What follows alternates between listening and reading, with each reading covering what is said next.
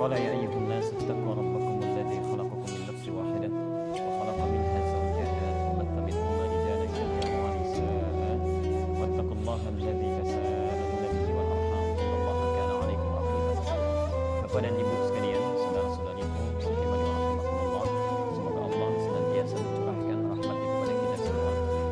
Kita bersyukur pada Allah Subhanahu wa taala, di maghrib ini kita masih diberikan kesempatan oleh Allah di sela-sela aktivitas dunia kita, diberikan taufik untuk dapat menunaikan salat maghrib berjamaah langsung di rumah Allah ini.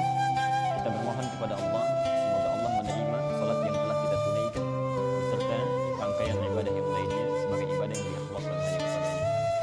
Bapak dan Ibu sekalian, di maghrib ini kita akan kembali melanjutkan silsilah atau rangkaian bahasan kita mengenai pokok-pokok ilmu tauhid.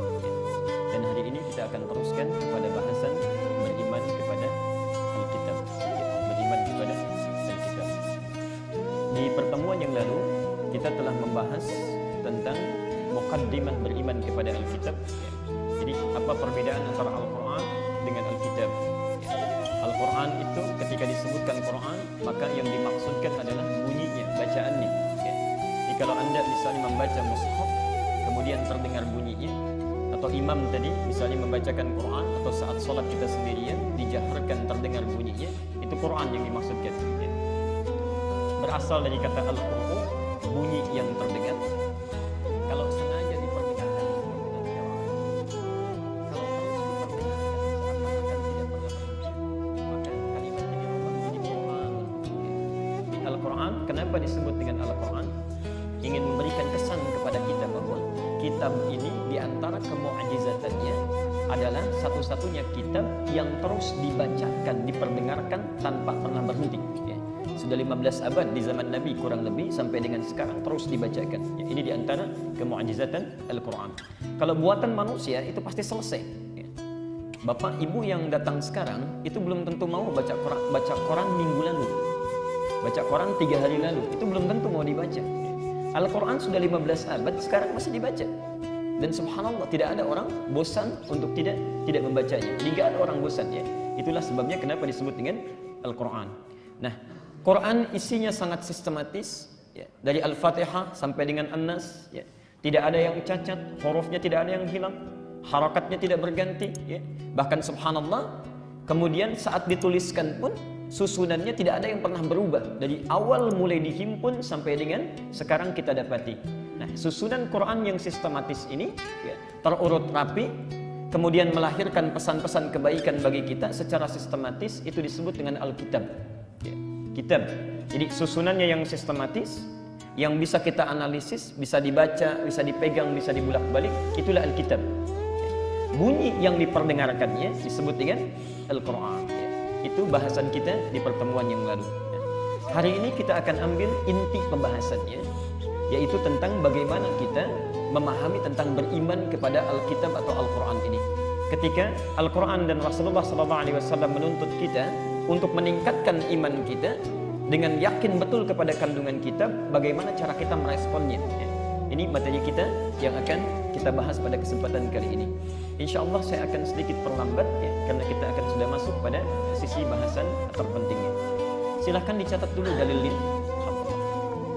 Jadi insya Allah manhaj kita dalam setiap pertemuan ya, kita tidak akan langsung membahas, tapi mengeluarkan dulu dalil-dalil keutamaannya dalam Al-Quran, kemudian dalam hadis Nabi-nya ya. Dari dua uraian ini baru kemudian kita menyampaikan kandungan atau pesan yang terdapat dalam Al-Quran dan hadisnya. Jadi kadang-kadang ada orang yang mohon maaf ya, menyampaikan uraian sudah panjang-panjang tapi tidak ada dalilnya. Atau misalnya ketentuannya tidak ada dalam Quran dan Sunnah. Itu juga kadang-kadang agak sulit ya untuk kita bisa aplikasikan dalam kehidupan.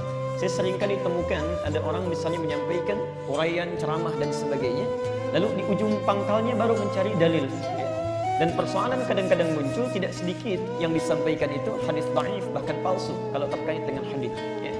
Misal kita pernah dengar seorang ceramah ya, menyampaikan hadis yang sering kita dengar, ini populer, makan saat lapar, berhenti sebelum kenyang. Ya. Pernah dengar hadis itu? Berapa jam diuraikan, kemudian berdalil dengan hadis, padahal hadisnya hadis palsu. Ya. Bahkan kata para ulama hadis, sedikit bercanda ya, saking palsunya di kitab hadis palsu pun nggak ada. Saking palsunya ya, di kitab hadis palsu pun tidak ada ya. Karena itu dari cerita asalnya ya. Jadi buku cerita dikarang oleh Imam Jalaluddin As-Suyuti, punya kitab namanya Ar-Rahmah fi Tibbi wal Hikmah ya. Antum bisa baca nanti di sana dari halaman 19 sampai halaman 25. Di situ ada kisahnya ya, tentang seorang raja dengan 4 orang dokter ya. Jadi kita akan mulai, silahkan dicatat dalilnya dulu. 1. Quran surah Al-Alaq. Quran surah Al-Alaq, wahyu pertama turun ayat 1. Ayat 1 turun sampai 5, tapi kita beristidlal atau berdalil dengan ayat pertama saja. Sudah? Baik. Kedua, teruskan. 2. Alhamdulillah. Quran surah Al-Muzammil. Al-Muzammil ayat 20. Ayat 20. Baik. Teruskan. 3. Quran surah Al-Ankabut. Al-Ankabut surah 29 ayat 45. Ayat 45. Baik. Selanjutnya Quran surah Al-Qamar. Al-Qamar surah 54 ya. Ayatnya agak banyak. Ayat 17. Ayat 17. Ayat 22. Ayat 32 dan ayat 40. Saya coba tuliskan sebagian besarnya supaya tidak hilang dalam ingatan kita.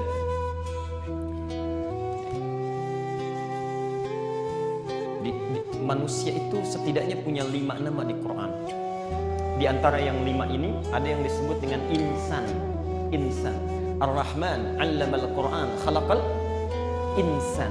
Kata Ibnu Abbas, insan ini asalnya dari kata nisyan. Nisyan.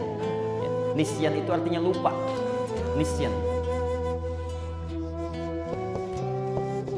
Jadi insan kata Ibnu Abbas ya, asalnya dari kata nisyan. Nisyan itu lupa. Nah, kata dasar nisyan ini akar katanya berasal dari kata nasya. Nasya. Jadi kenapa manusia disebut dengan insan? Kata Ibnu Abbas, karena manusia itu punya kecenderungan lupa. Jangankan yang pekan lalu, yang kemarin saja bisa lupa. Jangankan yang kemarin, yang tadi siang bisa lupa. Di mana taruh kacamata bisa lupa itu. Nah, akar katanya nisyan itu dari kata nasya. Persoalan terbesar makanan kita itu nasi itu. Nasi, nasya artinya lupa itu. Saya pernah belajar ilmu hadis, lalu dosennya bertanya, menguji kami, "Ma ma'na kadza?" Apa artinya ini? Kita kompak jawab, "Nasina Ustaz, kami lupa." Maka direspon oleh Ustaz kami, "Akaltum nasi katsiran fanasitum." Kalian kebanyakan makan nasi, makanya lupa ini. Nasi ya. Baik. Catat dalilnya. Yang tadi sudah sebagian dicatatkan. 1 Quran surah Al-Alaq ayat pertama. Kedua Quran surah Al-Mudaththir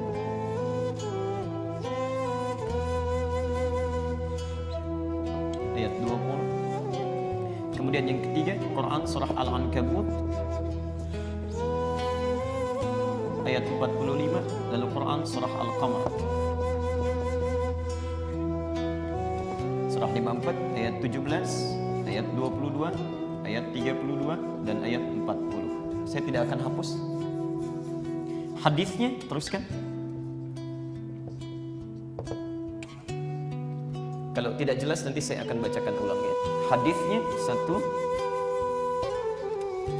Hadis riwayat At-Tirmidzi.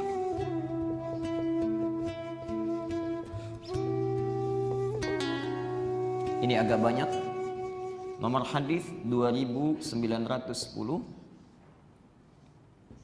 2915, 2920. Baik. Yang kedua, hadis riwayat Muslim Saya nanti bacakan ulang. Nomor hadis 2700. Pelan-pelan kita catat dulu dalilnya. Satu, hadis riwayat At-Tirmidzi, bukan Tirmidzi tapi At-Tirmidzi. Ini imam besar.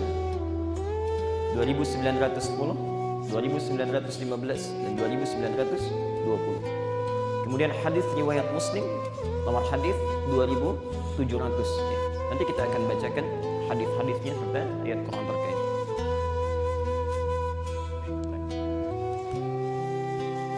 Bismillahirrahmanirrahim.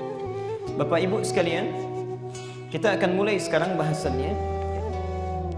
Kalau kita runtutkan dari pokok rukun iman, ya, seperti pernah diterangkan, Allah menuntut kita satu, untuk tidak sekedar mengatakan saya muslim beriman, tapi mesti kenal siapa Allah. Oke. Kita sudah bahas ini.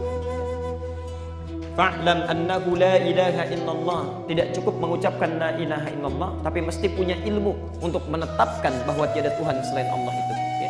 Kita harus tahu sisi ketuhanan Allah supaya punya argumentasi yang kuat kalau ditanya siapa Tuhan kami? Allah. Bagaimana sifatnya? Ini sifatnya. Kenapa tidak pilih Tuhan lain? Ini alasannya. Ya, ini telah kita uraikan. Pembahasan tentang Allah ini, aspek ketuhanannya disebut dengan uluhiyah ya, dalam kitab-kitab klasik.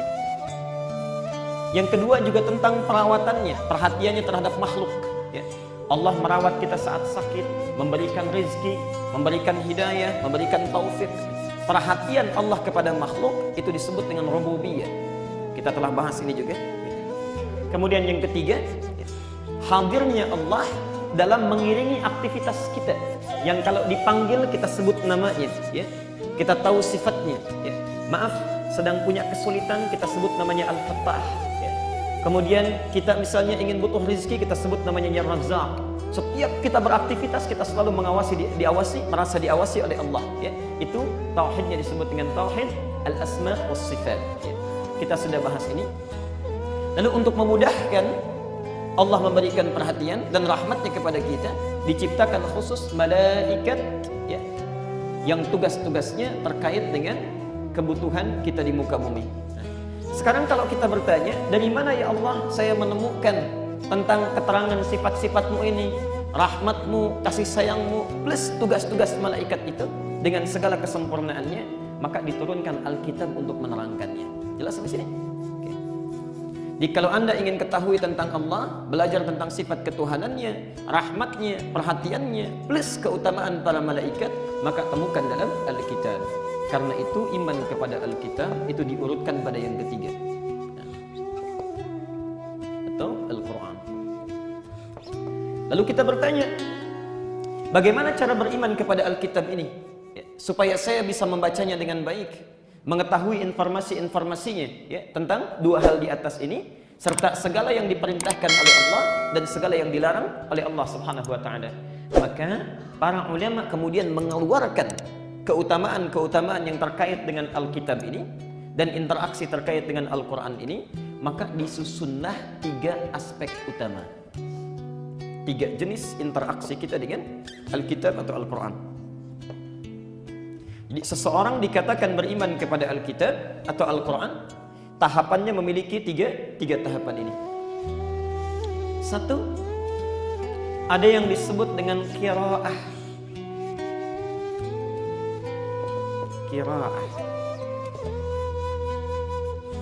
Sebelum saya lanjutkan, saya mohon pada Bapak Ibu untuk memperhatikan urutan rukun iman itu, karena ini akan semuanya bersambung satu sama lain. Saya beri contoh cepat misalnya, kalau kita sudah tahu dalilnya, bagaimana mempraktekannya? Tidak sembarangan. Ada misalnya Allah nyuruh sholat, kita mau sholat. Bagaimana sholat yang betul? Ya, bagaimana Nabi menerangkannya? Karena itu nanti yang keempat, iman kepada Rasul. Ya, letaknya di situ. Jadi setelah kita paham isi Alkitab, prakteknya seperti Nabi menuntun kita. Jadi ada urutannya itu ya. Jadi catat betul ini, karena saya tidak akan ulang lagi. Satu, qiraah. Pelan-pelan. Saya tulis dengan bahasa Latinnya. Yang kedua, tilawah. Kita sering dengan tilawah Al-Quran. Tilawah. Dan yang ketiga, tahfidz. Ya. Alhamdulillah.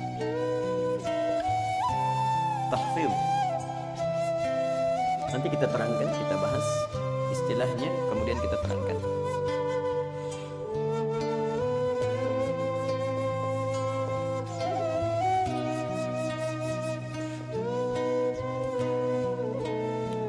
Satu qiraah, dua tilawah, kemudian yang ketiga tahfidz.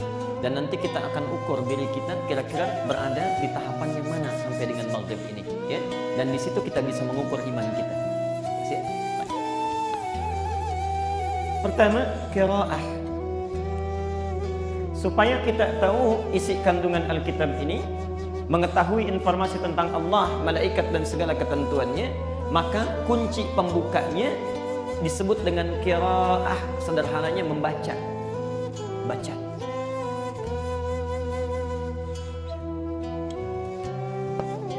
Pelan-pelan sebentar. Bapak kalau ingin tahu isi buku, apa yang dilakukan? Baca. Ya. Kalau bukunya berbahasa Indonesia, cepat kita baca karena kita orang Indonesia. Ya. Tapi kalau bukunya bahasa Cina misalnya, bisa nggak langsung dibaca? Tidak. Harus apa dulu? Belajar. Ya. Pun demikian, Quran bukan bahasa Indonesia, bukan bahasa daerah kita, bahasanya bahasa Arab. Maka setiap orang yang ingin membaca Al-Quran, dia khususkan, dibuatkan satu ilmu khusus supaya dengan ilmu itu benar cara dia membacanya, baik bacaannya. Ilmu untuk membaca ini disebut dengan tajwid.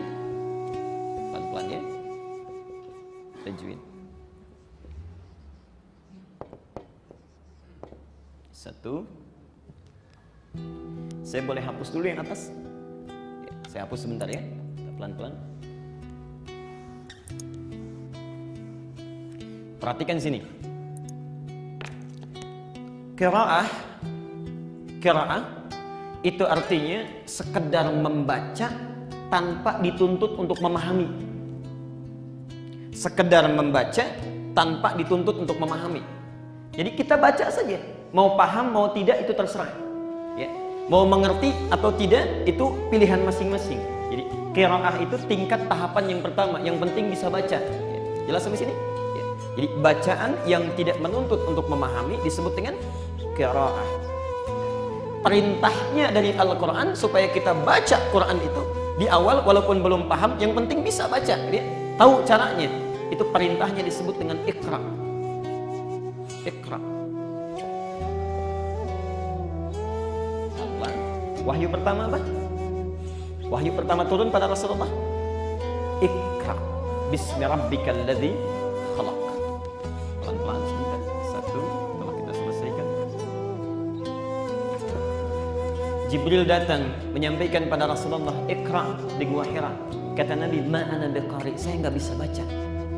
Yang kedua, Iqra, baca, saya enggak bisa baca. Sampai yang ketiga baru dipeluk oleh Jibril. Setelah itu dilengkapi ayatnya. Perhatikan, bukan sekedar Iqra, tapi Iqra bismi rabbikal ladzi khalaq. Perhatikan kalimatnya di situ, beda bismillahirrahmanirrahim. Kalimat bismi di sana dengan wahyu yang pertama turun. Kalau bismillah pasti tulisannya begini. Bismillahirrahmanirrahim. Tapi saat wahyu pertama turun, ya, kemudian dibacakan, dituliskan, tulisannya begini, Iqra bismi, ada alifnya, bismi rabbikal ladzi khalaq.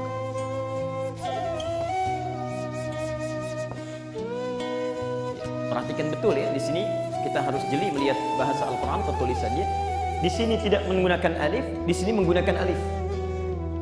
Ya. Di sini tidak menggunakan alif, di sini menggunakan alif. Ya.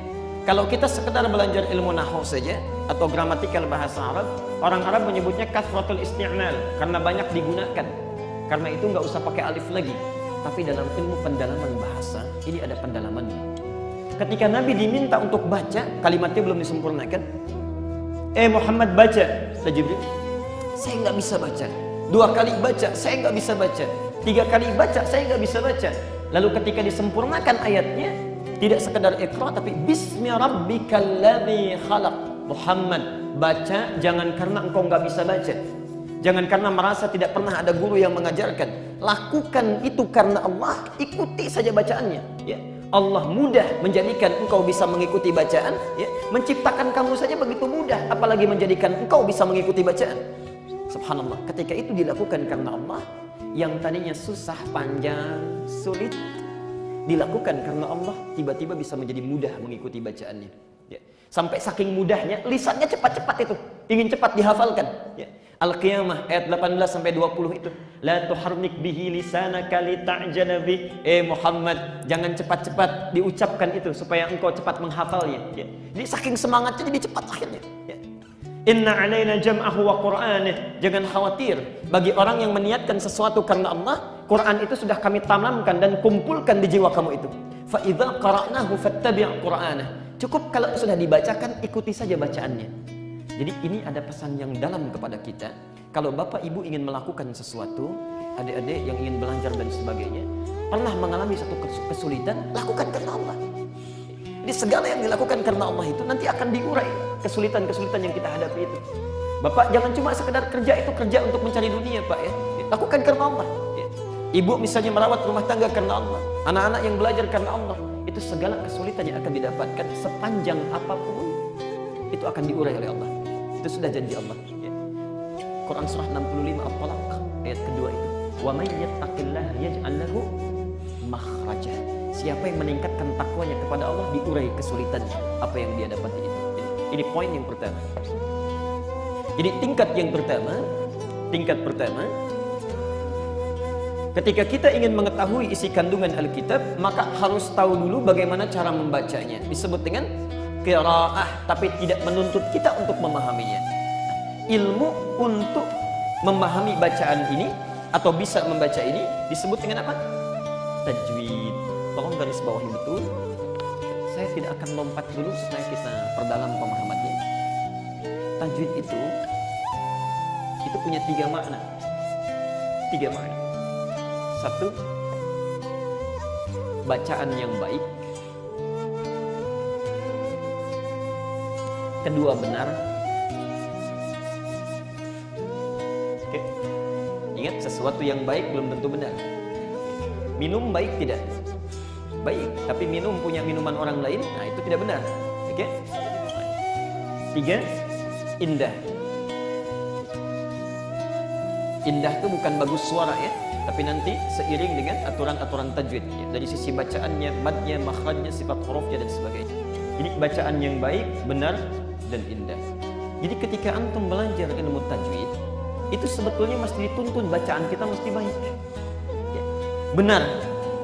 Kemudian indah itu sesuai dengan hukumnya. Nah, maaf sebesar-besarnya, saya seringkali temukan di masa kini, ya, sekali lagi mohon maaf, orang belajar ilmu tajwid tapi masih membutuhkan tahsin.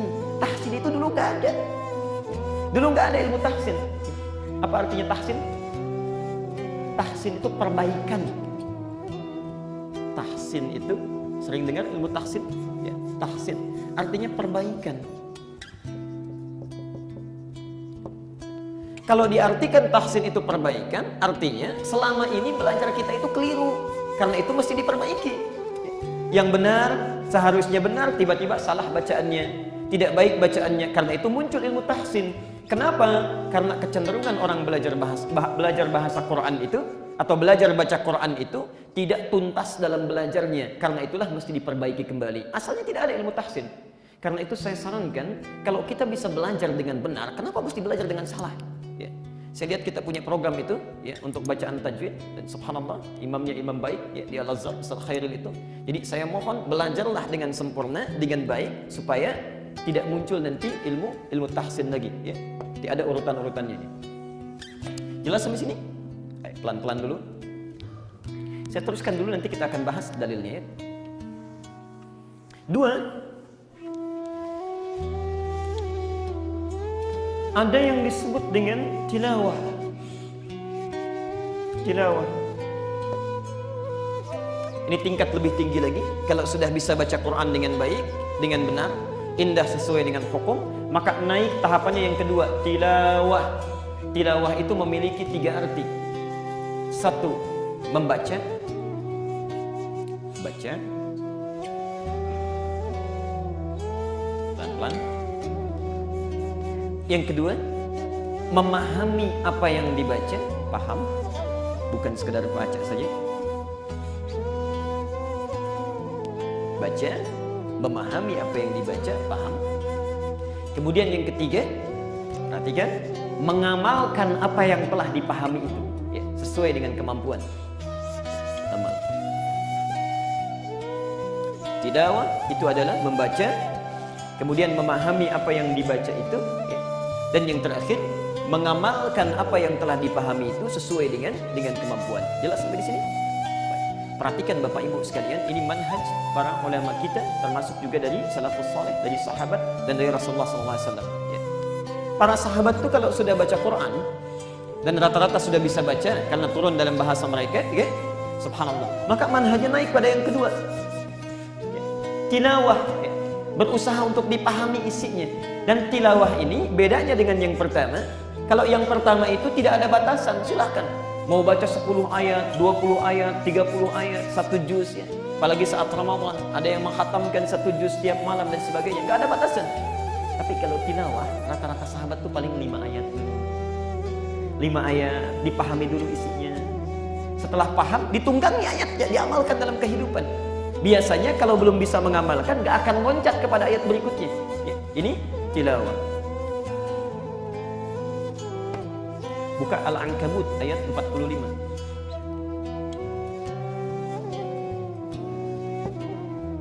Pelan-pelan. Saya ingin coba sentuh kedalaman hati kita sampai dengan maghrib ini, ya. Ini bahasa Quran, sindirannya sangat tajam sekali. Kita sudah pernah bahas ini dengan singkat. Bapak Ibu sekalian, saat awal wahyu turun itu kan bahasanya Iqra, ya. Iqra, Iqra, Iqra. Setelah agak banyak turunnya, agak lengkap, Rasulullah terbiasa memahami, ya, maka mulai berubah kalimatnya dari Iqra menjadi utslu tilawah. Pelan-pelan. Lihat sini. Kalau qiraah tadi perintahnya Iqra, kalau tilawah perintahnya utslu. Utslu.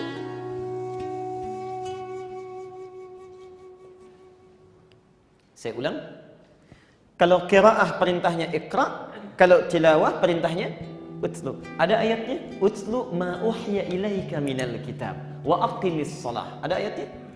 Sudah dibuka, ya? Nah, sekarang perhatikan terjemah kita. Apa terjemahnya di situ? Bacalah. Saya ingin tahu ada di antara Bapak Ibu yang pegang mushaf yang artinya bukan bacalah. Ini sekarang saya keluarkan mushaf yang ada di Masjid Baitur Rahman. Nanti saya akan tunjukkan konsep mana Quran tajwid, ya, mana Quran yang ini, nanti yang tilawah, mana Quran yang terakhir yang bisa kita baca, ya, kita gunakan. Ada yang bukan bacalah terjemahannya. Sekarang lihat, ya, sekarang kita tahu ilmunya. Kalau wahyu pertama turun apa tadi? Iqra. Apa terjemahannya di situ? Bacalah juga. Kok bisa dua kata yang beda terjemahannya bisa sama? Dua kata beda. Wahyu pertama turun Iqra. Sekarang ketika diminta sholat pakai utslu, ya. Setelah datang Qurannya, datang ayatnya, berubah jadi utslu, tilawah. Terjemahannya bisa sama, bacalah. Nah, di sini kita penting jeli melihat utslu ini dari kata tilawah bukan sekedar baca, tapi baca, pahami, lalu mulai praktekkan. Ketika Qurannya sudah mulai agak banyak datang, perintah ibadah ketika mulai diturunkan oleh Allah berubah dari Iqra menjadi utslu. Seakan-akan meminta kita, perhatikan ini ayat tentang perintah sholat. Utslu ma uhya ilaika minal kitab. Sebelum sholat dilakukan, baca dulu bacaan-bacaan dan petunjuk sholat itu, tapi bukan sekedar dibaca. Pahami apa bacaannya itu. Pahami bagaimana gerakannya, tuntunannya. Ya. Lalu setelah paham itu, wa aqimis shalah. Dirikan sholat dengan pemahaman yang telah kita dapatkan itu. Karena itu kalimat sholatnya menggunakan alif lam. Perhatikan, menggunakan alif lam. Aqimis sholat. Ya, kalau tanpa alif lam itu artinya sholat yang bebas, silahkan. Mau sholat paham atau tidak, silahkan. Mengerti atau tidak, boleh. Mau cepat-cepat, mau lambat, silahkan.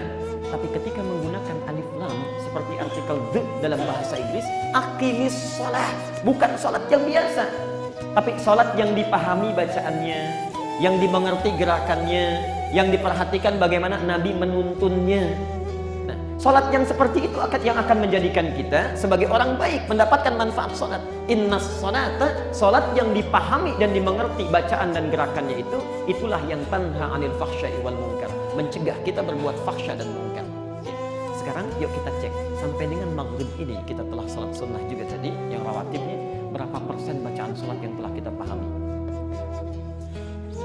Berapa persen itu? Jangan-jangan sudah ribuan kali salat, ruku kita nggak paham bacaan ruku, sujud kita tidak mengerti, duduk di antara dua sujud padahal sedang berdoa itu meminta 7-8 kebaikan, tapi karena nggak paham kita biasa aja, tidak ada getaran dalam hati, padahal doanya luar biasa. Ya. Saat berdiri Allah sedang menunggu apa yang mau diminta, hadisnya qudsi dari Abu Hurairah. Ya. Saat ruku juga hadisnya kuat, sahih di situ. Saat sujud dari Ibnu Abbas banyak. Sebelum salam diajarkan sampai 12 doa, tapi karena kita nggak paham, tidak ada resapan dalam hati. Ini yang jadi persoalan. Itulah tilawah. Nah, inilah keindahan bahasa Al-Quran, karena datang dari Allah, bukan dari kita. Wahyu pertama turun, kenapa menggunakan ikra bukan utslu? Kenapa qiraah bukan tilawah? Ini kata para ulama tafsir untuk menegaskan keummian Rasulullah SAW yang tidak bisa baca. Jangankan paham, baca aja nggak bisa. Jadi kalau wahyu pertama turun utslu, itu Qurannya salah. Karena menganggap Nabi sudah bisa paham. Jadi Rasulullah itu jangankan paham, baca aja nggak bisa. Karena itu wahyu pertama yang turun menggunakan ikra. Tapi setelah Quran ditanamkan dalam jiwanya, berubah kalimatnya dari ikra menjadi tilawah, utslu. Jelas sampai sini? Baik, ini keutamaan yang kedua. Saya mau berhenti dulu di sini pelan-pelan ya. Jadi kalau kita misal ingin berinteraksi dengan Quran, lebih utama mana? Qiraah, sekedar baca, atau tilawah? Paham? Tahu dari mana? Ini persoalan ya. Baik, jadi kita untuk menentukan sesuatu, kita lihat dulu keterangannya ya. Yuk kita lihat dulu sebentar satu hadisnya. At-Tirmidzi nomor hadis 2910 sampai 2920. Ini untuk qiraah. Dan hadis riwayat Muslim nomor hadis 2700, ini untuk tilawah. Yuk kita lihat perbandingannya ya. Perhatikan sini, saking sayangnya Allah kepada kita ya. Dan perhatiannya Rasulullah kepada kita umatnya, padahal belum kelihatan itu. Tidak pernah lihat kita, tidak pernah membayangkan wajah kita, tapi sudah diperhatikan 15 abad sebelumnya. Perhatikan, orang yang belum bisa baca Quran saja ingin baca sekarang, maka dimotivasi oleh Rasulullah. Sekarang kalau ada orang belum bisa baca Quran ya, atau ingin sekedar baca saja, maka perhatikan motivasinya. Satu, keutamaannya kata Nabi. Hadis riwayat At-Tirmidzi nomor hadis 2910. Man qara'a harfan min kitabillah, siapa yang baca satu huruf saja dari kitab Allah, satu huruf saja, falahu asyru hasanat, maka dia akan dibalas dengan 10 pahala kebaikan. Walam aqul alif lam mim harfun, saya tidak katakan alif lam mim satu huruf kata Rasulullah, walakin alifun harfun, tapi alif itu satu huruf, lamun harfun, lam itu satu huruf, mimun harfun, mim itu satu huruf, walikulli harfin asyru hasanat, dan setiap satu hurufnya 10 kebaikan. Jadi kalau antum baca alif lam mim saja sudah 3 huruf, berapa itu kebaikannya? 3 kali 10, 30.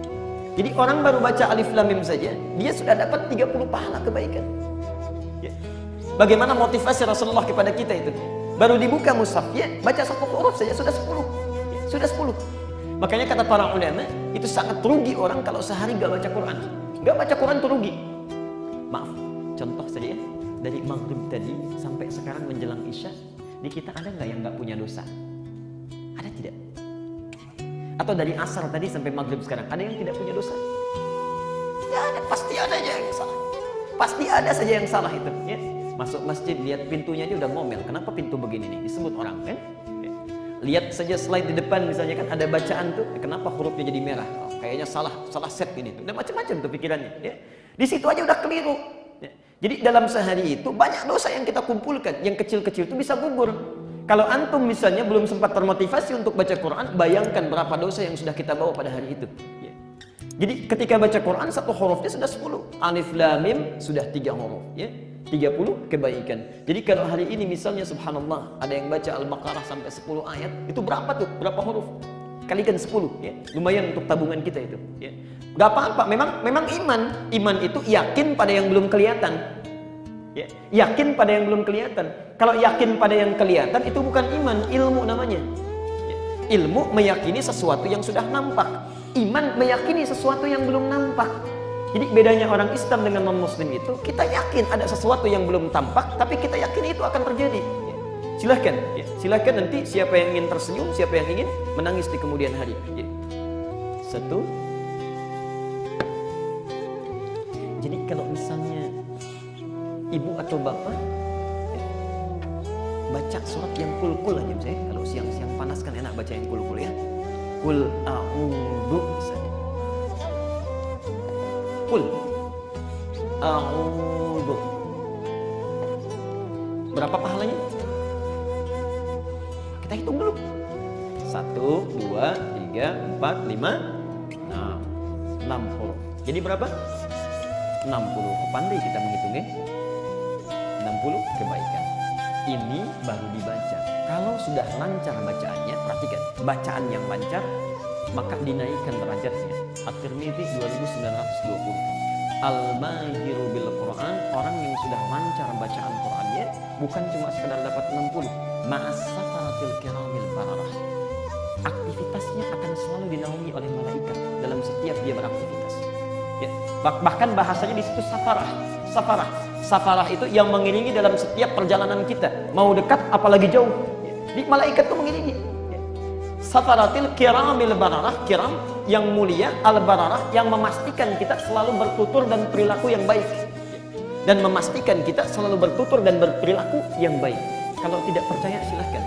Mulai hari ini biasakan baca Quran, pasti akan terjadi perubahan dalam diri kita itu. Tuturnya akan dijaga, ya. Aktivitas kita akan mulai diperhatikan.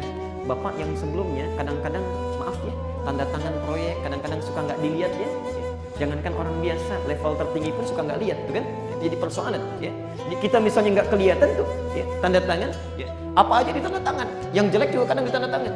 Tapi setelah baca Quran, biasakan coba dari sekarang. Baca Quran rajin saja 10 ayat, itu akan ada perubahan yang lain. Begitu dibaca sudah ada getaran takwa. Ini benar nggak? Haram apa halal? Allah ridha atau tidak? Akan ada perubahan. Kata-kata ditata. Yang Allah tidak suka tidak akan diucapkan. Yang tidak ridha tidak akan dikatakan. Jadi mulut mulai terjaga itu. Ma'as-safaratil kiramil bararah. Jelas sampai sini? Ini motivasi yang pertama. Lalu ada di antara kita yang mengatakan, ya Rasulullah, itu kan yang lancar. Kalau saya terbata-bata, hurufnya aja belum paham. Yang kalau dibaca masih terbata-bata, susah ucapan hurufnya. Dapat pahala juga enggak? Berapa?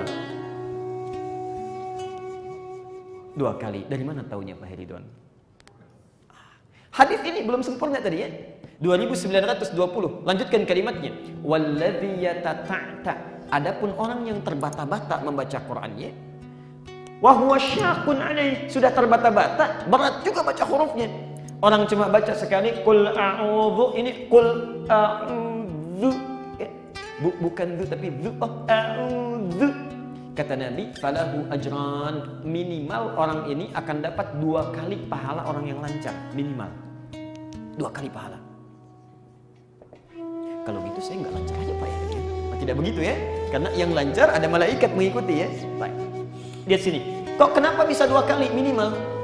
Karena kalau orang yang lancar itu cuma sekali baca, kul a'udzu 6 kali 10 60. Yang nggak lancar sering kali kan diulang-ulang ya. Kul a'udzu, Pak digigit lidahnya sedikit. Kul a'udzu kali 2 kali 60 120. Kurang sedikit lagi, bukan za. Kul a'udzu kali 3 ya. Jadi setiap kita kali ulang, setiap kali kita ulang itu bertambah pahalanya. Bertambah. 4 kali dapat 4 kali kebaikan. Karena itulah Bapak Ibu sekalian, ada rumus dari para ulama, kalau ingin semangat kita belajar berinteraksi dengan Quran, sebelum baca keluarkan dulu dalilnya, hadisnya. Lalu catat itu, tempelkan di depan mushaf kita. 1 huruf 10 kebaikan, gak lancar minimal 2 kali. Itu disebut dengan konsep wa'dun. Wa'dun, ya, memotivasi diri dengan menampilkan keutamaan ibadah. Itu beda itu. Begitu malas baca Quran, lihat mushaf aja 10 kebaikan, dibuka itu mushafnya. Ya. Jadi ada dorongan. Tapi kalau misalnya ibu nggak pernah tahu hadis ini, nggak kita keluarkan, nggak kita catat, tidak kita tempelkan, jangankan untuk baca Quran, diajarin pun susah. Ustaznya sudah datang ke rumah, kemudian akan mengajarkan, baru ta'awud, a'udzubillah, bu-nya digigit, besok udah bicara sama bapak. Ustaznya terlalu ketat, Pak, ganti aja sama yang lain. Salah ya. Saya mau teruskan sebentar tajwid. Oke. Mushafnya pun itu ada khusus untuk di masa kini ya. Dan pasti perlu ada guru itu. Tapi ingin saya tunjukkan mushafnya dulu sebentar. Ada sekitar 3 jenis mushaf yang ada di Indonesia. Saya amati ya. Yang pertama ada yang dari Madinah atau umumnya Saudi, ya. Ada yang dicetak dari mushaf Madinah yang standar ya.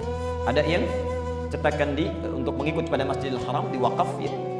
Yang kedua ada dari Syria ya. Syria. Dan yang ketiga mushaf lokal yang dari Kudus. Mushaf lokal yang dari Kudus. Kalau sudah masuk waktu Isya, mohon diberikan isyaratnya. Nanti kita berhenti dulu, kemudian ba'da Isya kita teruskan. Bapak Ibu sekalian, penting saya sampaikan, dan di Indonesia itu tambah yang keempat, mushaf tajwid dengan menggunakan kalau tidak warna isyarat-isyarat. Pernah antum punya mushaf yang ada warnanya? Ya, di bawahnya itu warna hijau menunjuk A, warna kuning menunjuk B dan sebagainya. Nah, Bapak Ibu sekalian, mohon dibedakan, termasuk di Baitur Rahman ini saya temukan mushaf itu nanti ada 3 jenis. Umumnya, satu mushaf ini tajwid. Yang kedua nanti mushaf tilawah, nanti saya tunjukkan ya, kita bahas ini dulu. Dan yang ketiga itu mushaf tahfidz ya. Yang ketiga tahfidz. Jadi ada mushaf tajwid, tafsir dan tahfidz. Untuk mushaf tajwid ternyata yang paling bagus itu bukan mushaf luar. Ya, bukan mushaf Madinah, bukan mushaf Libanon, Syria misalnya, ya. Tapi mushaf lokal dari kita. Ya. Biasanya mengikuti sistem Kudus, ya. Tapi bukan yang berwarna ya. Berwarna juga boleh, saya tidak melarang. Tapi sebetulnya mushaf lokal itu lebih mempercepat kita untuk mudah dan cepat bisa baca Qur'annya. Contoh Al-Baqarah ayat keempat. Walladzina yu'minuna bima unzila ilaika wa ma unzila min qablik wa bil akhirati hum yuqinun. Perhatikan, kalau kita buka mushaf luar itu tulisan akhiratnya begini. Akhirati hum yuqinun. Wa bil akhirati hum yuqinun. Ini seperti ini tulisannya. Lihat harakat fathahnya di atas. Kalau tulisan seperti ini, biasanya harakat fathah demikian yang terlentang dibacanya panjang atau pendek? Baca ini. Baca. Ini. Pendek, tidak panjang. Pendek dibacanya. Ya. Cuma orang Arab, kenapa mereka menggunakan harakat seperti ini, tidak menggunakan harakat yang panjang di atasnya? Karena mereka udah biasa baca, biasa dengar. Jadi mushaf itu cuma sekedar penguat saja. Karena dulunya pun nggak ada harakatnya. Tapi mushaf lokal, terutama cetakan dari Kudus, ya, dan nanti ada beberapa penerbit yang mengikutinya, itu nanti akan mengajarkan kita dengan harakat yang berubah. Ya. Sudah isya, Pak Asep? Sudah baru di situ ya. Lihat sini.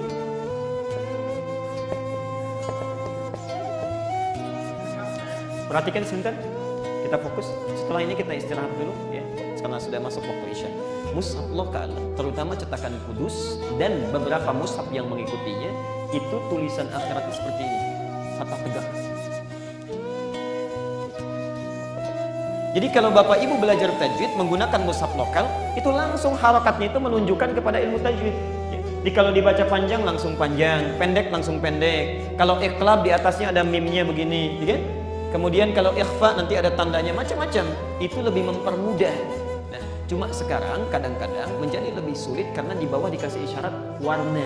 Warna ini menurut penelitian bukan memudahkan, tapi lebih mempersulit. Karena ketika antum baca itu 2 kali mikir. Baca, lihat dulu warnanya apa, ya. Ke bawah, oh warnanya ini, balik lagi ke atas, ya. Ketika antum membaca tidak ada warnanya, itu lebih sulit. Ya, biasanya demikian, ya. Bapak dan Ibu sekalian, tadi sebelum Isya kita sudah bahas ya, mengenai makna iman kepada Alkitab serta cara berinteraksi dengannya. kita simpulkan bahwa ada 3 cara kita mengaplikasikan iman kepada Alkitab atau Al-Quran dengan 3 pilihan yang langsung diberikan oleh Al-Quran, dituntun oleh Rasulullah, disistematiskan oleh para ulama. Yang pertama disebut dengan qiraah, hanya sekedar untuk membaca saja. Ya. Jadi Bapak Ibu misalnya ada memiliki waktu luang atau ingin mulai mengenal Allah, mengenal tentang tuntunannya, perintahnya, larangannya, ya, maka kita mulai kuncinya dengan bagaimana mengetahui cara membacanya. Ya. Subhanallah, untuk sekedar baca saja itu Allah menawarkan pahala yang sangat besar melalui lisan Rasulullah SAW. Ya. Tidak ada kitab di muka bumi ini yang kalau dibaca setiap hurufnya, ya, jangankan setiap hurufnya, setiap kalimatnya, paragrafnya melahirkan pahala, itu tidak ada kecuali Al-Quran. Ya.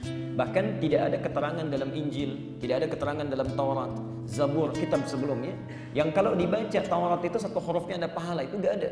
Ya. Injil misalnya satu hurufnya ada pahala, itu tidak ada. Baru ketika diamalkan muncul pahala. Quran berbeda.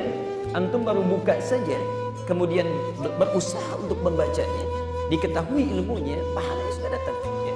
Jadi semenarik apa lagi yang kita butuhkan tawaran dari Allah dan Rasulnya yang bisa memotivasi kita untuk sekedar baca Quran. Man qara'a harfan min kitabillah falahu asyru hasanat. Siapa yang baca satu huruf saja dari kitab Allah, maka dia mendapatkan 10 kebaikan. Ya.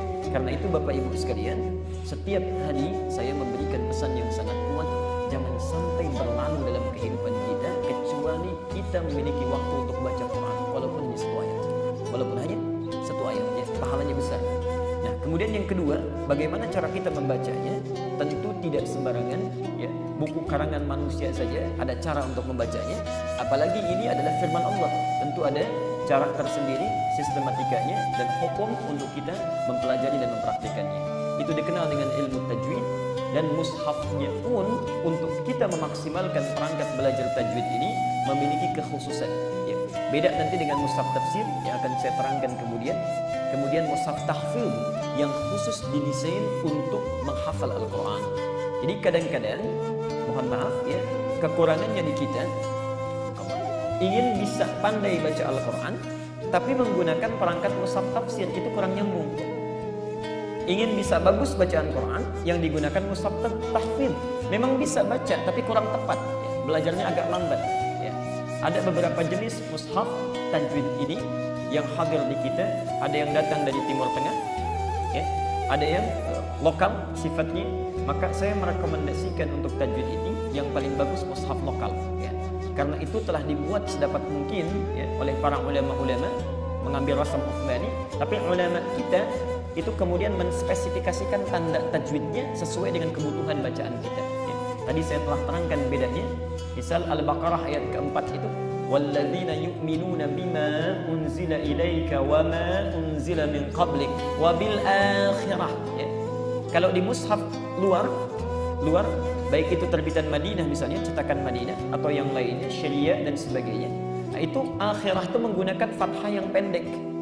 Jadi kalau orang belum pernah dengar bacaan Quran, belum pernah baca Quran, lalu dia buka mushaf, tahu harakat fathah itu dibacanya pendek, ya, ya, cuma 1 harakat, ya, maka dia bacanya akan keliru. Ya. Wabil akhirati hum yuqinun. Ya. Baik. Jadi sedangkan mushaf yang lokal, ya, mushaf kita itu memberikan tanda di atasnya dengan fathah tegak. Yang orang semua tahu fathah tegak itu menunjuk kepada 2 harakat atau mad tabi'i. Ya. Bacaannya akan beda. Dengan melihat harakat saja dia sudah tahu petunjuknya, dia akan baca dengan 2 harakat atau 1 detik. Wabil akhirati hum yuqinun. Ya. Jadi ini barangkali yang saya sarankan kalau ingin belajar tajwid, gunakan mushaf lokal. Boleh silahkan kalau ingin menggunakan yang macam-macam bentuknya, tapi minimalisir, ya, beberapa mushaf yang justru membuat kita lambat untuk belajar. Misal, maaf ya, saya tidak mengecilkan mushaf ini, insya Allah ada pahalanya dan bisa membantu kita, ya. Seperti mushaf yang tadi saya sampaikan yang berwarna sifatnya, ya. Ada warna hijau, warna kuning, warna merah, macam-macam. Tapi kata para pakar tajwid Al-Quran itu sebaiknya lebih diutamakan mushaf yang tidak berwarna. Seperti alasan yang tadi saya sampaikan, supaya tidak membuat kita 2 kali berpikir untuk belajar Al-Quran. Ya. Saya telah cek yang ada di kita di masjid ini khususnya. Ini diantara contoh mushaf tajwid yang ada di sini. Ya. Ini terbitan Semarang. saya keluarkan tadi sebelum maghrib untuk mengecek beberapa mushaf yang ada di sini. Ini mushaf tajwid ya. Jadi kalau Bapak yang di sini ya, atau ahli Kemang atau penduduk Kemang ya, ingin membaca Quran dengan baik, maka yang digunakan yang ini lebih bagus ya. Ini ada 3 yang saya dapati ya. Ada 2 sifatnya wakaf, 1 sifatnya ada di masjid saja. Yang ini wakaf dari orang Saudi. Tapi bagus orang ini, subhanallah, menurut saya sangat paham ini ilmu Quran. Wakaf dari luar, tapi minta dicetak di sini. Ya. Wakafnya dari luar, tapi minta dicetak di sini. Ya. Karena itu hukum-hukum tajwidnya yang ada di mushaf ini itu mengikuti hukum yang tertulis di lokal kita. Ya. Maaf, tidak ada Quran lokal, tidak ada Quran internasional. Jangan dipahami begitu ya. Jadi ini kemudahan saja dalam membaca Al-Quran. Zaman Nabi nggak ada itu tanda-tanda harokat pun nggak ada. Ya. Harokat nggak ada, tanda wakaf nggak ada, karena bacaan sudah biasa semua dengar. Ya. Jelas sampai di sini. Baik. Selesai. Ini untuk pembahasan kita qiraat. Sisa waktu ingin saya sempurnakan dulu untuk bagian kedua, tilawah. Tadi saya buka pertanyaan, utama mana membaca biasa dengan memahami bacaannya, tilawah. Ternyata Bapak dan Ibu sekalian, tilawah itu kalau kita sudah bisa membaca dengan baik Al-Quran, qiraat, tilawah itu lebih utama dibandingkan dengan qiraat. Setidaknya dari 2 sisi atau 2 alasan. Yang pertama, orang yang membaca Quran dengan tilawah sambil memahami maknanya, itu sudah mencakup dengan qiraah. Di pahala qiraah dia sudah dapat. Oke. Contoh, maaf, antum ingin baca misalnya, Dzalikal kitabu la raiba fi. Dzalikal kitabu la raiba fi. Misal kalimat ini saja. Hudal lil muttaqin misalnya. Kan tidak mungkin kita memahami artinya kalau nggak baca Qur'annya. Jadi ketika Anda mempraktekkan tilawah, itu sudah mencakup qiraah. Di pahala qiraah pun sudah kita dapatkan. Ya.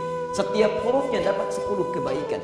Ini plus nilai yang pertama. Jadi, kalau qiraah cuma dapat pahala baca saja, tilawah pertama dapat pahala dengan membacanya sama dengan qiraah. Dan yang kedua ini yang paling luar biasa, dapat pahala khusus dengan mengkaji dan memahaminya. Ya. Mengkaji dan memahaminya. Nah, pahala yang kedua ini saya agak pelankan, terkait dengan mengkaji dan memahami. Pahala yang kedua itu pun dibagi kepada 2 bagian lagi. Dibagi kepada 2 bagian lagi. Nanti kita sebutkan hadisnya. Jadi keutamaan tilawah itu, 1 mendapatkan pahala qiraah. Setiap dibaca Qur'annya 1 hurufnya 10 kebaikan. Seperti yang pertama tadi ya. Pahala qiraah. Dan yang kedua, perhatikan hadisnya. Setiap kali kita baca, pahami ayatnya. Ya. Kita lihat keterangannya, tafsirnya, kemudian hadisnya, asbabun nuzulnya, asbabul wurudnya, pendapat ulama, qaulus sahabat. Subhanallah, berlaku hadis Nabi riwayat Muslim nomor hadis 2700. Ini baru dibaca ya, baru dipahami. Perhatikan kalimatnya. Majtana'a qaumun. Tidak akan pernah berkumpul satu komunitas, satu kelompok, fi baitin min buyutillah, di satu tempat di antara rumah-rumah Allah. Misal antum kumpul di masjid ya. Kemudian apa yang dilakukan? Yatsluna fihi kitab Allah. Di dalamnya yatslun, bukan yaqra'un. Ya. Kalau yaqra'un itu cuma qira'ah, baca saja. Yatsluna tala yatslu tilawatan. Mereka membaca dan memahami, mengkaji Al-Qur'an. Yatsluna fihi kitab Allah. Baca dan memahami, mengkaji. Jadi ada orang-orang yang khusus aktivitasnya itu mengkaji Al-Quran, memahaminya. Tidak sekadar memahami, wa yatadarasuna fima bainahum. Pemahaman masing-masing itu didiskusikan dengan yang lainnya, dengan gurunya, dengan temannya. Ini petunjuk dari Nabi. Tidak bisa kita pandai baca Quran dan paham Quran sendirian. Karena Quran itu bukan kitab eksak. Bukan yang bisa kita baca, kita paham dengan sendirinya. Ada rumusnya, ada ilmunya. Jadi nggak bisa antum baca Quran begini artinya, tidak begitu. Begini maknanya. Ulama saja kerja keras 40 tahun, 50 tahun untuk memahami Quran. Masa antum yang baru baca Quran 5 menit sudah paham isinya? Ya. Nah, jadi itu perlu kita kaji lagi. Ya. Kata Nabi, wa yatadarasuna fima bainakum. Setiap kalau sudah paham, diskusikan supaya pemahaman kita sempurna. Ya. Jadi A paham A, B paham B. Tanyakan pada ulamanya. Mana yang lebih sesuai dengan petunjuk Rasulullah? Ya, jelas sampai di sini ya. Nah, perhatikan metode mengkaji Al-Quran seperti ini: baca, pahami, diskusikan. Ini tilawah, sehingga melahirkan kesimpulan hukum yang baik. Illa nazalat alaihimus sakinah. Orang yang belajar Quran seperti ini, satu, kata Allah melalui lisan Rasulullah, akan ditanamkan sakinah, ketentraman dalam diri mereka, dalam jiwanya. Diberikan ketenangan, tentram.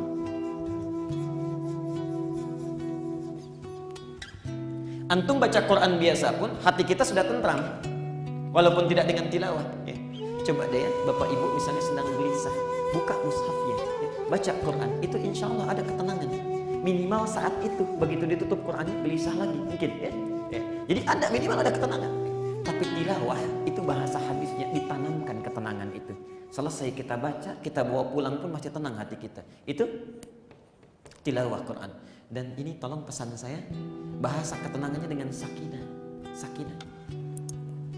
Tidak disebutkan sakinah kecuali bagi orang yang sedang punya persoalan hidup, terutama di rumah tangga. Ya. Jadi ketenangan yang lahir setelah ada masalah itu sakinah namanya. Ketenangan yang lahir dari zikir itu tumaninah namanya. Beda di Quran. Ya. Ar-Ra'd surah ke-13 ayat 28. Ala bidzikrillahi tatma'innul qulub. Dengan zikir kepada Allah hati kita tenang. Jadi ketenangan yang lahir lewat zikir disebut dengan tumaninah. Karena itu dalam sholat kan ada tumaninah ya. Apa artinya? Berhenti sejenak. Kalau berhenti lama-lama apa? Ini persoalan kita. Ya. Tumaninah itu bukan berhenti sejenak. Tumaninah itu asalnya adalah ketenangan yang lahir ketika kita memahami bacaan yang kita baca. Jadi ketika antum misalnya ruku', Allahu Akbar, ruku', subhanakallahumma bihamdika Allahumma ighfirli, atau subhana rabbiyal azim. Kita paham apa yang kita baca, kita resapi itu. Ya. Kemudian kita nilai diri kita, beristighfar kepada Allah, lalu lahir ketenangan. Ketika tenang kita itu, keadaan kita seakan berhenti sejenak. Itu yang disebut dengan tumaninah. Jadi kalaupun antum berhenti sebentar tapi nggak paham-paham yang dibaca, itu bukan tumaninah, itu waqfah namanya. Berhenti sekejap, itu waqfah. Ya. Tumaninah itu bukan berhenti, asalnya ketenangan yang lahir dari pemahaman apa yang kita rasakan, kita baca, itu tumaninah. Ya, ala bi dzikrillah tatma'innul qulub. Di Thaha ayat 14, puncak zikir itu dalam salat. Aqimis sholata li dzikri. Dirikan salat supaya mengingat aku. Tapi ketenangan dalam persoalan hidup, terutama rumah tangga, itu disebut dengan sakinah. Rom surah ke-30 itu ayat ke-21. Wa min ayatihi an khalaqalakum min anfusikum azwaja. Kemudian litaskunu ilaiha. Hikmah pernikahan melahirkan ketentraman. Ya. Nah, ketentraman itu bukan sekedar tenang, tapi dibuat oleh Allah, dilahirkan melalui persoalan-persoalan yang kita dapat di dalam hidup. Ya. Jadi berbahagialah antum kalau sedang punya masalah di rumah tangga itu. Ya. Semakin besar artinya Allah ingin menanamkan ketenangan lebih dalam lagi dalam kehidupan kita. Jelas sampai sini? Di antara caranya, Pak, Ibu, kalau sedang punya masalah bisa di rumah tangga, duduk, menghadap ke arah kiblat, buka Quran, baca oleh kita. Pahami itu ayat-ayat pernikahan. Kan bisa diurutkan ya. Dari mulai mahar An-Nisa ayat keempat itu, kan? Ayat ketiganya lewat aja Bu ya. Biasanya Ibu nggak suka itu An-Nisa ayat 3 ya. Ayat 4 dibaca ya. Lalu misalnya suami marah-marah terus, ayat 19-nya baca ya. Bapak juga begitu, ibu kok susah diaturnya, ayat 34-nya baca. Jadi istri di kamar 1 ayat 19, bapak di kamar lain ayat 34 itu ya. Itu sambil merenung satu-satu, itu sakinah. Yang kedua, wa ghasyiyatuhumur rahmah. Ya. Diberikan, diliputi oleh rahmat. Kalau ini khusus tadi tentram dalam persoalan khususnya rumah tangga. Yang kedua diberikan rahmat dan sifatnya bukan sekadar diberi, diliputi. Ghasyiyat itu menutupi. Ghasyiyat ya. Ada ghatta, ada ghasyiyat ya. Kalau ghatta itu tutup yang kencang ya. Makanya ini ada, saya tadi temukan aqua ya. Ini ada tutupnya di atas, disebut dengan ghita ya. Tutup yang kencang, keras. Tapi kalau lembut, enak deh tutupnya, kayak selimut, enak menutupi, itu disebut dengan ghasyah atau ghasyah. Jadi saat antum mengkaji Quran itu dipahami maknanya, Allah turunkan rahmatnya dengan lembut menutupi kita. Saya sudah pernah sampaikan di pertemuan lalu, rahmat itu satu di antara 3. Yang pertama, kalau tidak berarti ampunan Allah pada dosa-dosa yang telah bergelimang yang kita sudah perbuat. Quran surah 39 Az-Zumar ayat 53. Qul ya ibadiyalladzina asrafu ala anfusihim, katakan Muhammad pada hambaku yang banyak berbuat dosa bergelimang itu, la taqnatu min rahmatillah, jangan putus asa dari rahmat Allah. Jadi artinya seakan-akan kalau ibu bapak baca Quran itu Allah sedang tunggu, ada nggak yang mau minta ampunan dari dosanya? Ya. Ditahu itu. Yang kedua adalah solusi dari persoalan yang sedang dihadapi. Al-Baqarah 155 sampai 157. Saya tidak bosan-bosan mengingatkan, kata Al-Quran, setiap orang hidup pasti diuji dengan masalah. Walanabluwannakum bisyai', ya. Minal khauf, ada yang sedang gelisah. Ini wajah-wajah kelihatannya tenang-tenang, barangkali hatinya gelisah itu. Ya. Bisa begitu. Ya. Wa naqsim minal amwal wal anfus wath thamarat, ya. Sebelumnya ju', ada yang lapar. Ya, minal khaufi wal ju' wa naqsim minal amwal, ya, omset lagi turun. Wal anfus, yang sakit sampai meninggal dunia. Wath thamarat, adalah hilangnya hasil kerja keras. Kita yang nanam modal, kerja dengan keras, keringat keluar, yang nikmati orang lain hasilnya. Ada yang begitu. Wa basyiris sabirin, berikan kabar gembira pada orang yang sabar saat diuji dengan musibah. Alladzina idza asabathum qalu inna lillahi wa inna ilaihi raji'un. Yaitu saat ditimpa musibah dia yakin ini sudah ketentuan Allah, pasti ada solusi. Saat sabar itu ulaika alaihim shalawat, dipuji orang-orang ini min rabbihim wa rahmah wa ulaika humul muhtadun, diberikan rahmat oleh Allah, ditenangkan hatinya, lalu dibimbing mendapatkan solusi kebaikan. Jadi saat antum baca ayat-ayat Quran itu tilawah, Allah berikan jalan keluar. Dan yang terakhir, rahmat itu pemberian dunia atau akhirat yang tidak terbatas. Pemberian dunia disebut dengan rahman, di akhirat disebut dengan rahim. Ya. Dan di sini kalau kita baca Quran dengan metode tilawah, itu ada kesan di hadis ini, bacalah tematik sesuai dengan kebutuhan kita. Misal, maaf Pak ya, Bapak kan suka bekerja tuh di perusahaan, ya. Aktivitas macam-macam, ada yang bisnis. Kenapa sih nggak pernah dikeluarkan ayat-ayat Quran yang terkait dengan bimbingan bekerja? Bimbingan bisnis dalam Quran kan banyak itu. Cara mencari Al-Baqarah 168, untuk khusus orang Islam Al-Baqarah 172. Kalau datang ingin cepat dan banyak hasilnya. Jadi bisnis itu di Quran dibagi 3, ya. Ada cepat tapi sedikit hasilnya, lambat tapi banyak. Dua dulu, pilih mana? Cepat tapi sedikit atau lambat tapi banyak? Nggak ada yang ketiga dulu. Pengennya yang ketiga kan? Cepat tapi banyak, ada itu. Al-A'raf 96. Jadi antum bekerja, jangan tinggalkan ibadah. Ya. Lau anna ahlal qura amanu wattaqau la fatahna 'alaihim barakatin minas sama'i wal ardh. Kalaulah penduduk negeri itu beriman dan bertakwa, jadi sambil kerja ada panggilan salat, begitu keluar kewajiban zakat, jangan tunda. Ya. Itu Allah bukakan bukan sekedar keran bumi, keran langit dimudahkan. Karena orang ada yang cuma kerja di bumi saja. Ya, Al-Baqarah 168. Ya ayyuhan nasu, hei manusia, kulu mimma fil ardi. Silahkan cari makan, cari pekerjaan di bumi saja. Tapi untuk orang beriman dan bertakwa, keran langit dibuka. Ya. Barakati minas sama'i wal ardh. Baik. Yuk keluarkan. Adik-adik yang sedang belajar, keluarkan ayat belajar itu di Quran. Ya. Al-Mujadalah, Quran surah 58 ayat 11, itu motivasi pertama. Yarfa'illahu alladhina amanu minkum walladhina utul ilma darajat. Allah akan angkat derajat orang beriman dan yang punya ilmu. Ayo, sebanyak-banyaknya belajar. Bagaimana cara belajarnya? At-Taubah 122. Jangan cuma sekedar datang, mendengar, transfer ilmu. Harus paham. Jangan tinggalkan satu huruf pun di dalam kelas kecuali kita mengerti apa yang dipelajari itu. Itu prinsip Quran. Diteruskan lagi ayatnya, macam-macam. Ya. Yang belum menikah mau lamaran, banyak itu. Ya. Ayat di Quran. Jadi sampai dari orang biasa, dewasa, menikah, jadi bapak, jadi ibu. Maaf ya, Pak. Bapak kan sudah berapa tahun jadi ayah, bahkan jadi kakek, ibu juga demikian. Pernahkah kita mengeluarkan ayat-ayat Quran yang membimbing kita untuk jadi orang tua yang baik? Jangan-jangan selama ini jadi orang tua belum seperti yang diharapkan oleh Al-Quran. Kenapa tidak keluarkan? Kan lumayan itu 1 minggu kita baca, itu aja judulnya. Ya. Gak usah jauh-jauh dulu lihat keluarga orang lain. Orang gitu, baru jadi bapak begini. Kita aja belum baik menurut Quran. Hati-hati tuh. Keluarkan seminggu baca ini, itu insya Allah ini turun. Kalau ini dilakukan yang ketiga, wahafathumul malaika. Malaikat akan berebut meliputi kita. Begitu berdoa mereka mengaminkan. Begitu istighfar mereka memohonkan kepada Allah. Dan yang keempat, yang terakhir, wa dzakarahumullahu fi man indah.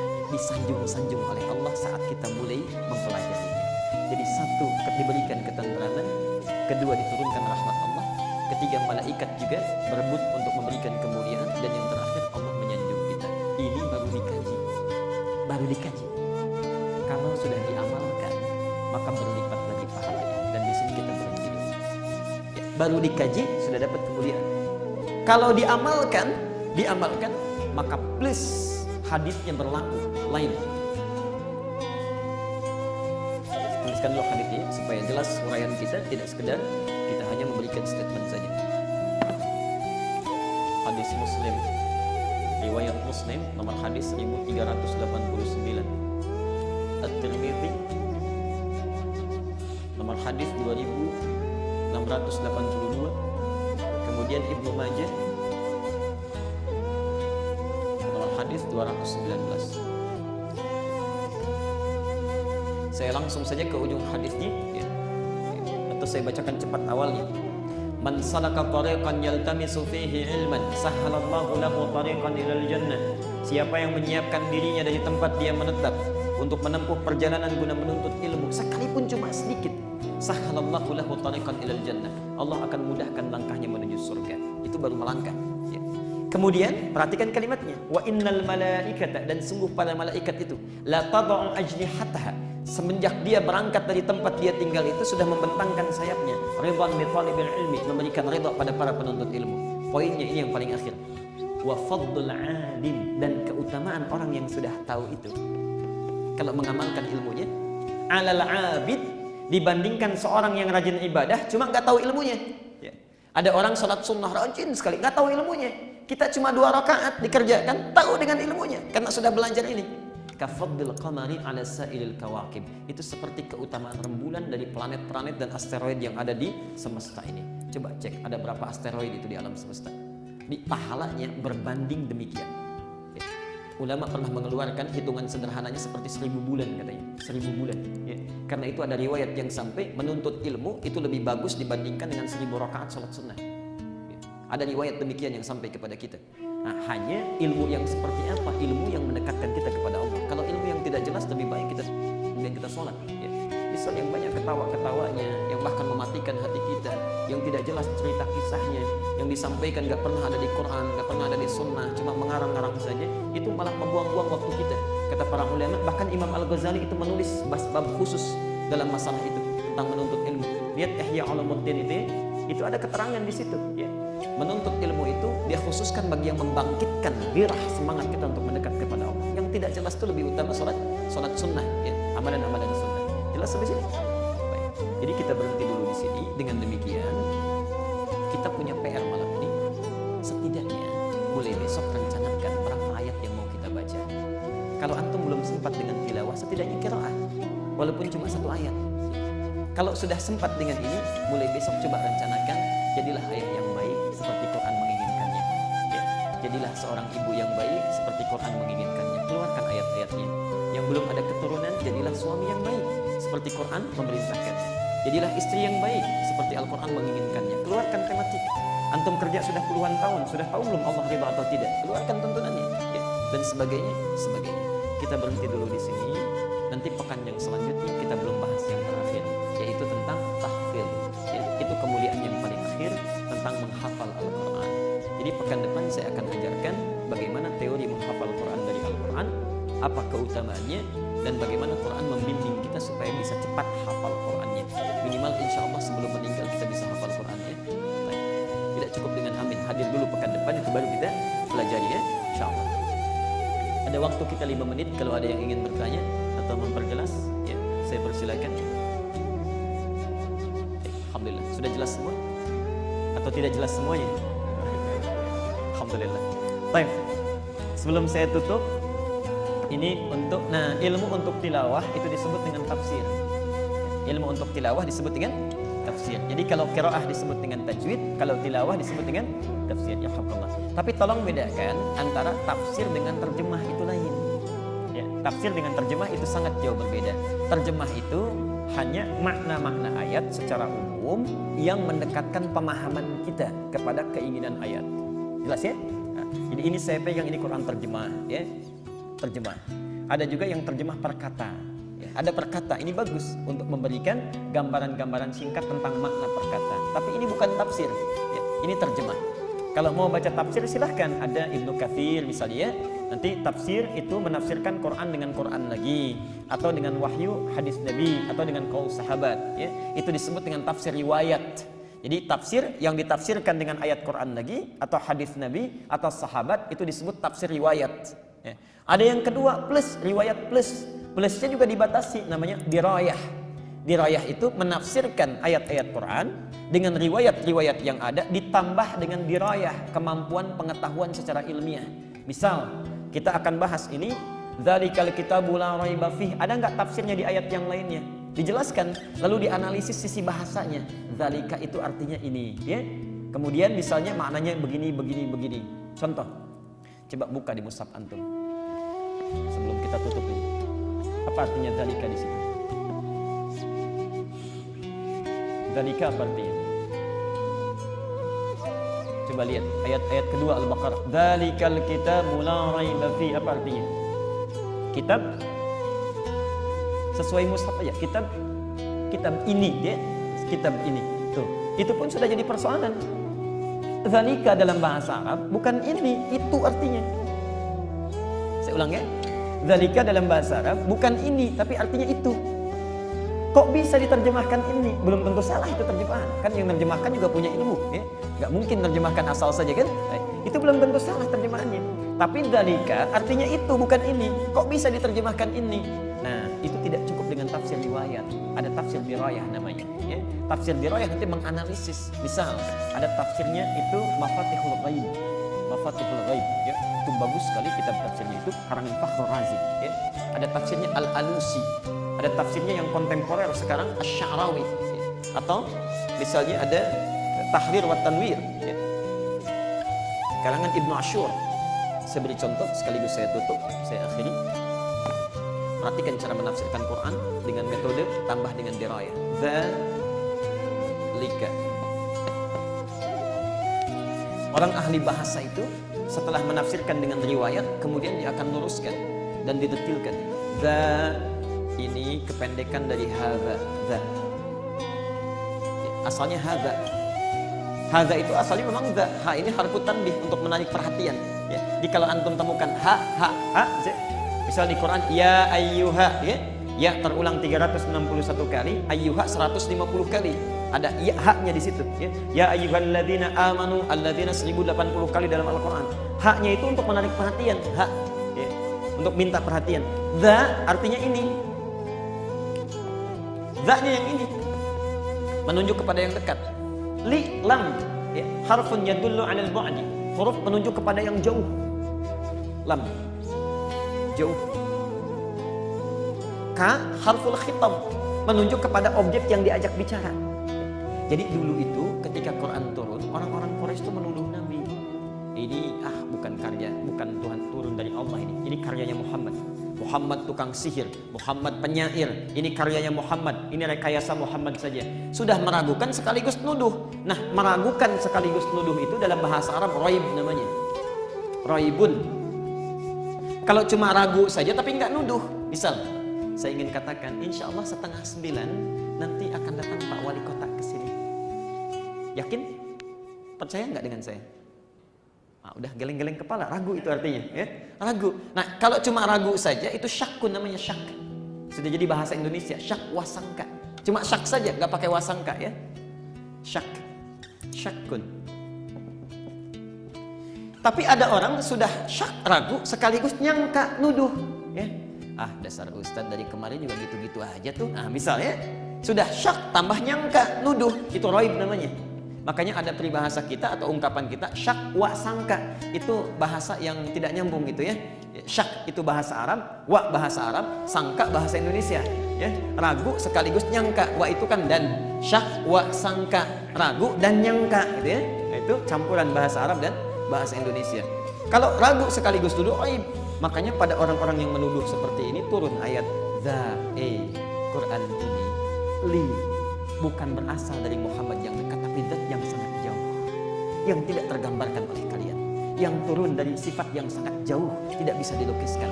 Kak, kalau kamu tidak percaya, la raiba fi, kamu ragukan itu sekaligus nuduh ke kita, silahkan buat yang semisal Quran.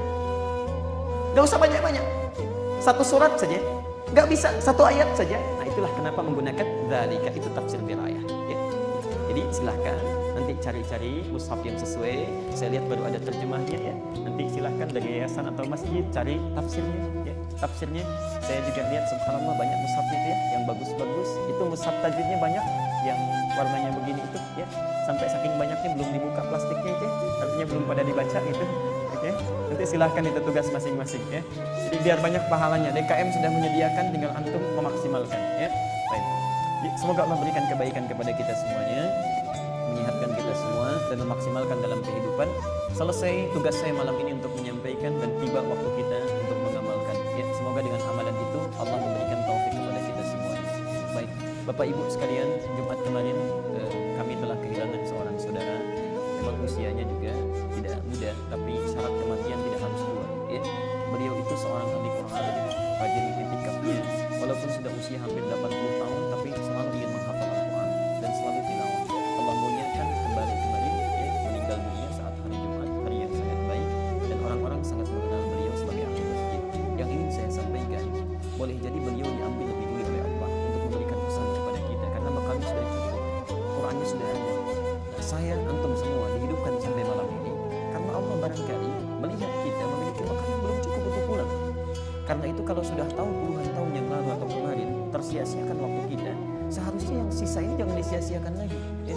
Jadi mendekatlah kepada Allah, perbaiki diri kita, setidaknya kita berada dalam keadaan yang lebih baik dibandingkan yang lalu. Kita akhiri dengan doa kifaratul majlis bersama-sama. Subhanakallahumma wa bihamdika asyhadu an la ilaha illa anta astaghfiruka wa atubu ilaik. Wa akhiru da'wana alhamdulillahirabbil alamin. Wa'afu minkum. Assalamualaikum warahmatullahi wabarakatuh.